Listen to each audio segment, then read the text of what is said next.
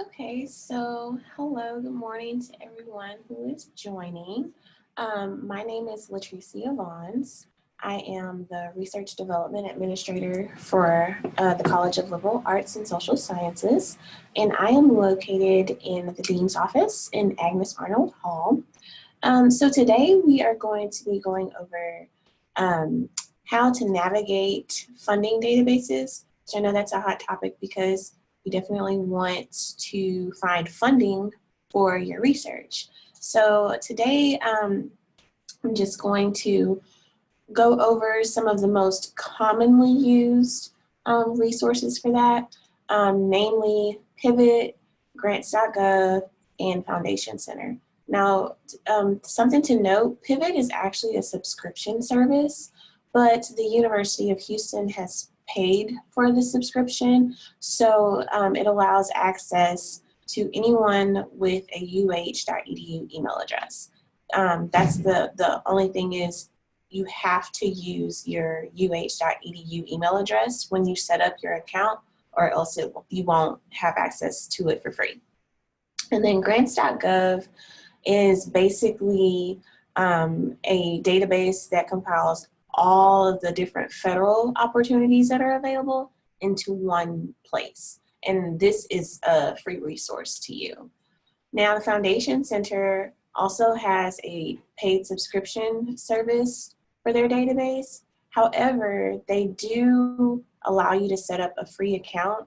It gives you limited access to requests for proposals. So it's still a very good, if you haven't already, it's still a good resource to sign up for the limited access, because I found some really good opportunities just from having the most basic account. And basically Foundation Center compiles opportunities that are generally related to specifically nonprofit foundation, grant-making foundations. And so you definitely want to sign up for that if you can.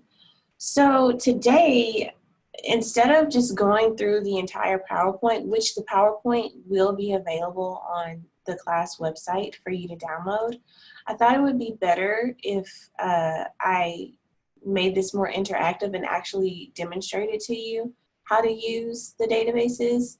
So the first one that we're going to start with is actually Pivot. And the way that we have Pivot set up specifically for class is we have the different opportunities curated by school or department. And so if you come to the class website and navigate the way I just showed you guys, you will show up, you'll land here on the external grants page, and basically you'll see the list of all the different departments within class, and different opportunities are curated by department. And then there's also this Pivot user guide for those of you that haven't already registered for a Pivot account. This guide basically walks you through the setup process so that you can start using Pivot. So for example, let's go and click on one of one of the searches, and we'll get started from there. So let's use economics. So if you click on economics, it brings you, and I'm already logged in, so that's why it just popped up on my screen in case you were wondering. So when you click on economics, it takes you directly to the curated search that's been created for that department. And so if you look around, you see all of these different opportunities that are related to the search items that you see here. Let's see if so these are all of the search terms that were entered into the keyword search, and that as a result is the list you see here. Now, the way I did this was, which you can also do this, is you go into from the funding tab, or I'm sorry, yes, it is from the funding tab, and you go to advanced search. And when you go to advanced search, if you scroll down, there's it gives you the option to include all of the different parameters for your search. So I usually just start with keyword because that's the most basic way to do it.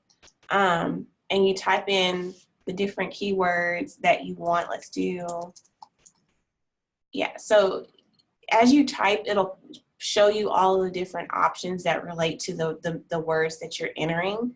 And so we'll just select that one. And so when you do that, you can go up here and you can click search, and it'll bring up everything related to it. Obviously, that's not very many because I only put in one keyword, but you can get as specific as you want, and it'll bring up all of the different opportunities related to what you type in. Now, if you want to get even more specific, you can go to refine search, and it'll take you back to that screen. Let's say I wanted, you know, opportunities that are coming up within the next 90 days. And let's say I also wanted to only apply to, I don't know, federal agencies. And then you can go back and click search and see it won't populate anything because I didn't get very specific in my search. So we'll go back and let's try adding, let's see. Yeah, let's do labor economics. Yeah, so we'll add that, and then we can do economic, oops, sorry. Let's do forest economics and see what we come up with. And I'm gonna leave the other parameters the same. See if it, well, we got one.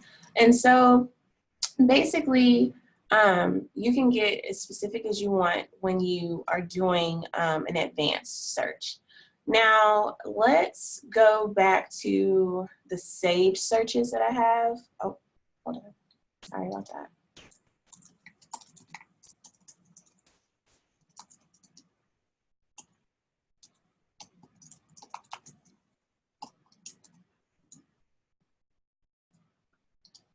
Okay, so we're gonna go to the save searches. And since I have an admin account, it'll look a little different for yours. You won't see this at the top. But let's look at communications, for instance. So since this is a saved search, anytime there's a new search that's created, anytime a new opportunity pops up, you'll see it in on this tab. Like if I were to click on this one, it shows me all 302 opportunities that have been compiled in that search and are ongoing. But anytime something new pops up, say for as of this week, September 2nd, if you click on that tab, it'll only show you new opportunities. And usually when you have saved searches, it'll email you the new ones that pop up for that curated search. So the way that you save a search, let's go back to our advanced search tab. So if you want to save a search, we'll go back and enter. Let's do something different this time. Let's do classical. Yeah, we'll do classical or ancient language. Oh, sorry about that.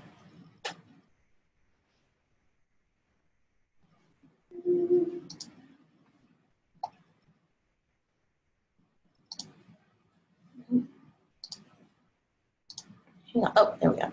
So we'll go, let's do English literature.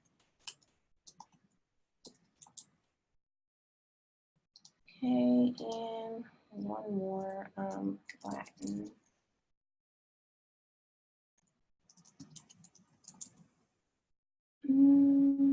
Yeah, we'll do that. And let's click search. So this is the search results that come up as a result of, you know, my keywords that I typed in. So if I wanted to save the search, you would click here and you enter a name for whatever you just entered or whatever you want it to be. We'll just say literature, and you click save. And so once you saved it, if you go back here to, let's see, hopefully it doesn't log me out again. Okay, so if you go here to the home page and then you go to save searches, the one that you just entered should show up in your saved search column. And so obviously, since this is a new search we did today, there aren't going to be any updates here, but it'll show you all of the different opportunities that are available. And so if you hover over this, the reason you see this like 302/12, if you hover over this, it'll tell you why. That the 302 represents the total results, while the 12 represents limited submissions. And basically limited submissions are opportunities that takes a level of internal coordination from DOR. Usually that means like an agency or a foundation will only accept so many applications from a university at a time. So just be mindful of that. And so if we're gonna go, let's go back to the one that we just created. So where did it go? Oh, I'm sorry, I was on the new tab. Let's do all 48. So let's click on one. Let's examine an opportunity a little closer. Let's pick, here, we'll pick this one. So when you click on a search, and you go a little deeper, usually what I do at this point, I usually just go to the website directly and get, you know, the most up-to-date, accurate information. But if you want to get a snapshot, you can scroll through the opportunity from the pivot page, and it'll give you details like, you know, what's the upper amount, the most you could apply for. It'll give you the applicant type, who's it specifically targeting. Here it's for undergraduate student minorities. And then also it'll tell you the activity location. Usually that means like you have to specifically do the research or the project in a specific location, but this one's unrestricted. It's unrestricted to the US. So if you look at citizenship or residency, that'll tell you where the project is, you know, limited to. And then also it'll give you like a brief abstract, a brief explanation of what the project or what the funding opportunity is covering. And then also you have your eligibility explanation. And then also here where you see keywords, these are the keywords that we typed in our keyword field when we were refining our search. And every keyword that you entered will show up in this section. So this is a very important section here that you want to pay attention to. So for upcoming deadlines, you see that it says December 8th, 2018 anticipated. What anticipated means is either they haven't announced the official deadline for the application, or they have, let me backtrack. They haven't announced the official deadline for the application, and they're relying based on last year's application deadline to come up with an anticipated one. So this doesn't mean that this is a set in stone deadline. When it says confirmed here instead of anticipated, that's how you know that that's the actual deadline. So pay close attention to that, because I've seen people, you know, think a deadline is one thing, and they go on the website, it's nowhere listed on there because it's on the pivot page, it said anticipated. So just be mindful of that. And then here, what's due, it'll usually tell you if it's a LOI or a letter of intent that's due, or if it's an actual application or a full proposal. So yeah, it'll tell you the dates, but it'll also tell you specifically what's required on those dates. And then the notes part is any notes that have been entered, whether by the sponsor, I'm sorry, not the sponsor, whether by Pivot or usually internally, because the Division of Research has the access to actually enter notes here for, you know, different applicants to see. So just pay close attention to that. And so let's go back to a different one. I want to show you guys another feature of Pivot that's really, really cool. So let's go, I want to go to a different discipline really quick. So let's click on psychology. So with psychology, it's typically a lot of health related opportunities. So let's click on the brain initiative really quickly. So if you see here to the right, you'll see that it gives you the option to see who could be a potential collaborator on a project or on a funding opportunity, whether from inside your institution or outside your institution. And that is based on profiles that are set up. Like when you register your account, specifically if you're a faculty member, when you register your account, you have the option of claiming your profile. And if we click here to profiles, it'll tell you the different, it'll show you all of the different colleges, and you have access to view all of the different profiles.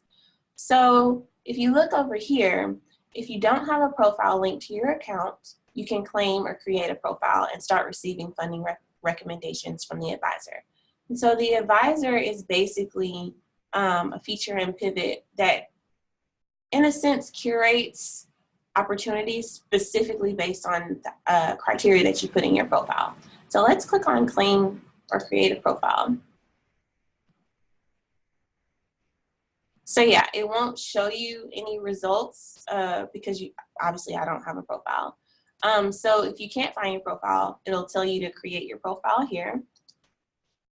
And it's a really, really, really, really easy step.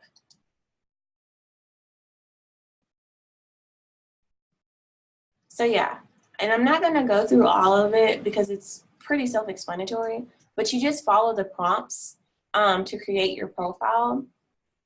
And once you've created your profile, it'll start sending you notifications on different funding opportunities based on your saved searches if you have any. So it's just a really cool feature to use. So let's exit out of this one. And here, we'll go back to home, save searches, psychology, and we'll go back to this one. So yeah, I was hoping it had it. So if you look here, the upcoming deadlines, this note, not only do you get notes here sometimes, but you get them here. And so this is basically telling you that the earliest submission date is September 30th. So it's September 7th, so you can't actually start submitting to it yet. And then it tells you the expiration date. So this is also really important that you pay close attention to the notes that are entered here. Because like I said, sometimes it'll come from Pivot, and sometimes it'll come internally from Division of Research. And so see how I was saying before how the difference between anticipated and confirmed? Well, you see confirmed here, and this is letting you know that that is an actual deadline and not an anticipated one. So let's see. So let's, and oh, and all this is it just expands the deadlines here. So let's go back to, I showed you how to do an advanced search. So let's go back to our results, and there's another feature of the advanced search, or I'm sorry, refined search. Let's say you're trying to refine a search and you're noticing that once you do your searches, they're not as specific as you want. You have the option to actually exclude things to make it even more specific. So if there was a search term that I didn't want to show up in my actual search criteria, you can actually enter it here. And I'm not going to do it because this one is kind of a curated search and it's already saved. But let's just say you wanted, you didn't want quantitative psychology to show up, this right here. You could either exit off of here, or you can enter it here, and it would pull up everything except that. So that's something else to keep in mind. Anything that you don't want to show up, say a specific funding type, certain keywords, or certain applicant types, you would just enter it here and click search, and it'll refine it for you to exclude those items. So Pivot is a really useful tool because, like I said, it gives you the ability to curate searches. It gives you the ability to find collaborators in relation to certain opportunities and things like that.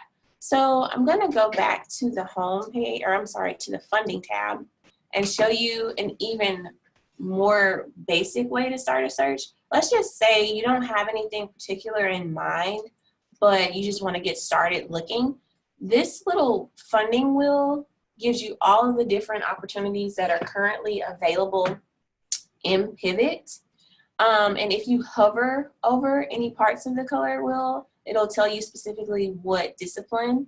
And let's say you wanted to drill down even further. If you hover over another color within that specific section, like this is, we're under social sciences, so this is planning or public policy studies, this is social services, and so forth. Let's click on economics. So we're going to go to economics, and it'll pull up all of the different results that are related to that term.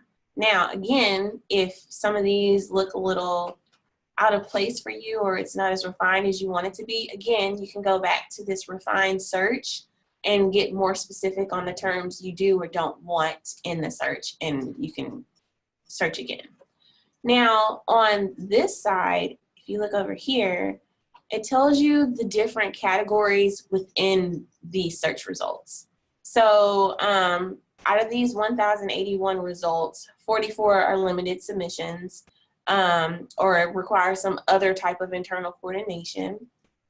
503 of them are related to research, 285 related to training or scholarships. So if you wanted to go use this to kind of refine your search, you could. So let's go to research opportunities. So yeah, these are all 503 of the opportunities out of that 1,081 that relate directly to research. So you definitely want to take advantage of all of the different features in Pivot. And once you get into it and like play around in it, it's really, really easy to navigate. Like I said, it took me maybe a week or so to like really get the hang of it. But like I said, it's pretty user friendly, and it's a very, very powerful tool in helping you with your different funding searches. So I believe that's the gist of navigating in terms of looking for opportunities with Pivot. Oh, and also another cool feature, if you want to share a search, say for instance you've curated the perfect search and it gives you all of your different results. In order to share, you would click on options, and all you do is click share, and you put the recipient's name, their email address, and send an optional message, and you just hit send, and that's it. That's basically all it is. And so this can be really helpful if you find a collaborator based on that. Here, let's click on this one. Let's do something that's more research related.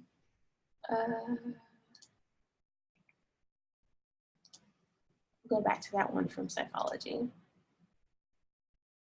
So if you see a potential collaborator from inside your institution, you can click here, and it'll give you all the different names. So if you click on and I'm not going to do all of that because that's pretty self-explanatory. You can find their contact information, and if you go back to the funding op detail, you can just click share here and type in their email address, and it'll send it to them. So yeah, that's a really, really cool tool. Another cool tool that is useful is the track feature. So if I wanted to track this specific opportunity, you can just click on track, and it'll save it to your tracked searches. If you go home to your home page, you'll see it show up here. So these are all of my different tracked opportunities. And basically with the tracked opportunity feature, it basically sends you alerts if anything changes with the opportunity. So that's pretty helpful, specifically for something like this one, where the first set of applications aren't technically being accepted until September 30th. Say something happens before September 30th, if you have it set to track, it'll notify you of any changes. So that's a really cool feature. Okay, so now we are going to move on to grants.gov.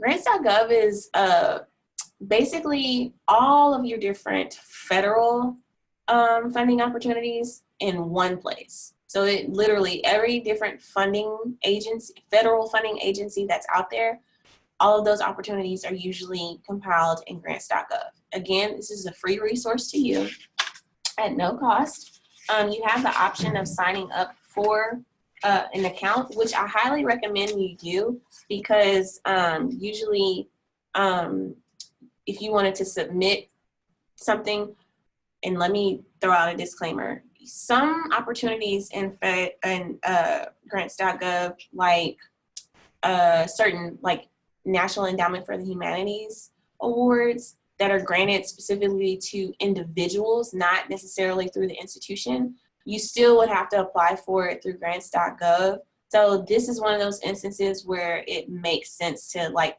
go ahead and set up an account and register with grants.gov, specifically for opportunities like that, where they're still federal, but they don't actually, like the Division of Research or your research liaison officer doesn't actually submit for you. You have to submit it yourself. This is one of those instances where it's a good idea to set up an account. But anyway, so let's navigate through grants.gov for a little bit. I always like the applicants tab because it gives you basically a rundown of all of the different applicant resources that are available to you, how to set up an account, applicant eligibility, and things like that. So, but we want to search for grants. So we'll click on this tab. And so there's basically two ways that you could search for grants.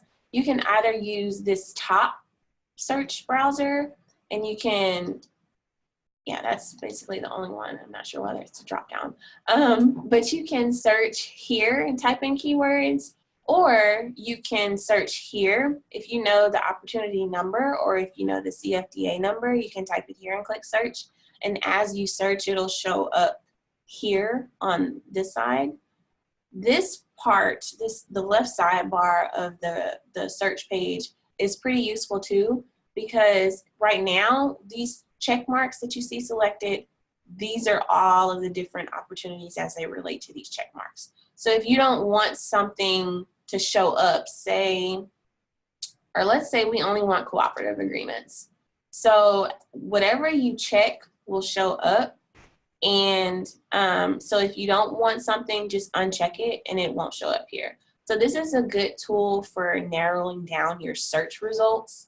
Let's see, I only want opportunities for individuals. So it'll show up here. So yeah, this is a good tool to use to play with kind of. And then again, if you type in your keywords, it'll pull up opportunities specific for that. Let's say obesity research or something like that. Let's see what pulls up. So these are all of the different opportunities for obesity opportunities.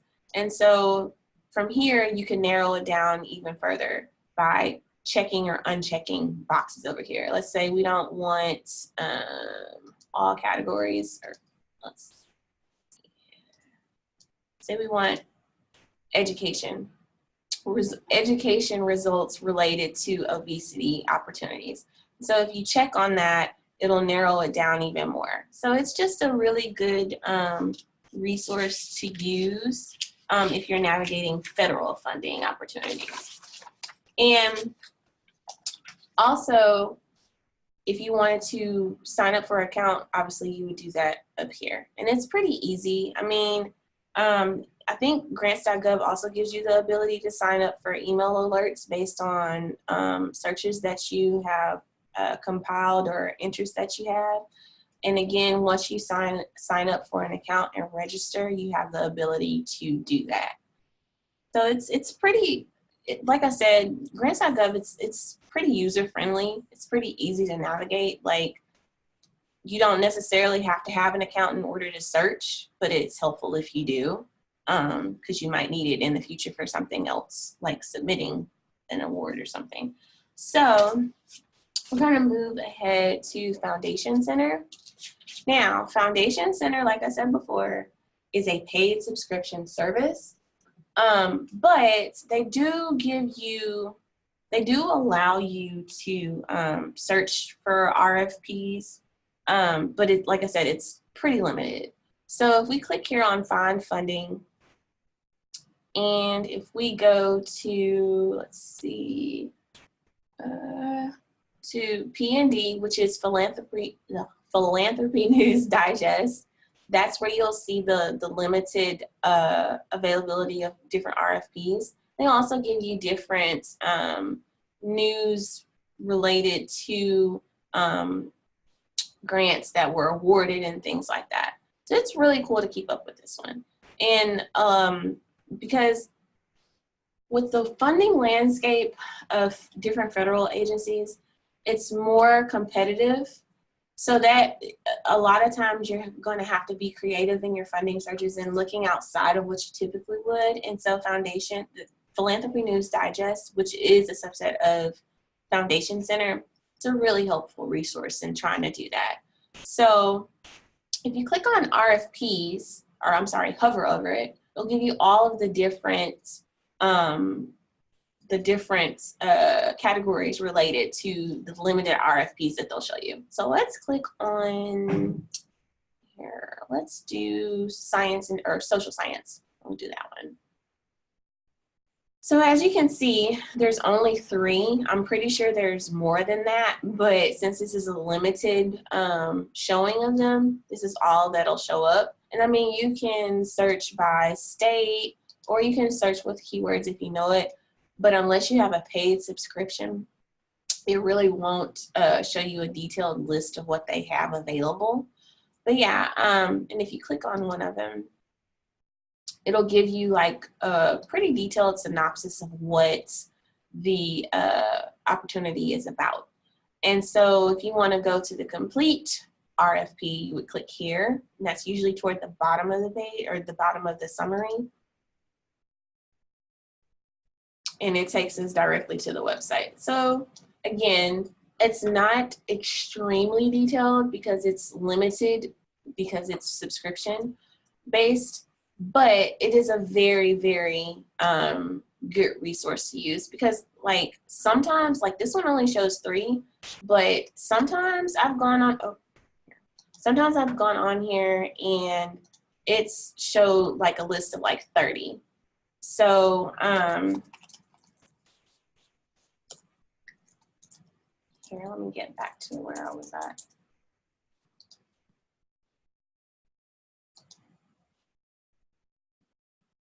And we're going to go to Find Funding.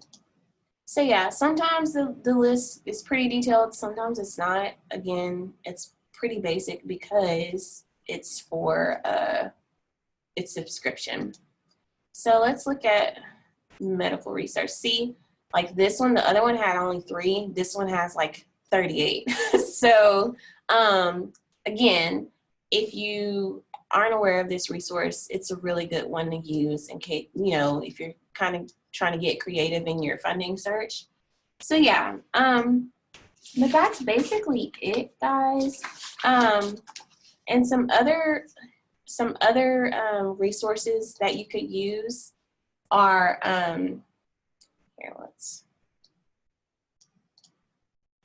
so some other available resources to you are the Catalog of Federal Domestic Assistance, which basically gives you a listing of all of the different federal opportunities available. Fed BizOps is more for like, I found for like contracts, but you know, it's still a viable resource because you possibly could find something that fits your project initiative. And then also the Federal Register, again, it's pretty much federal opportunities. And then Spin is a paid subscription service. Sort of Spin and Grant Forward actually are paid subscription services that are pretty much similar to Pivot. I'm not really well versed in them because I've never had to use them before, but these are also two of the most, they're pretty much competitors to Pivot.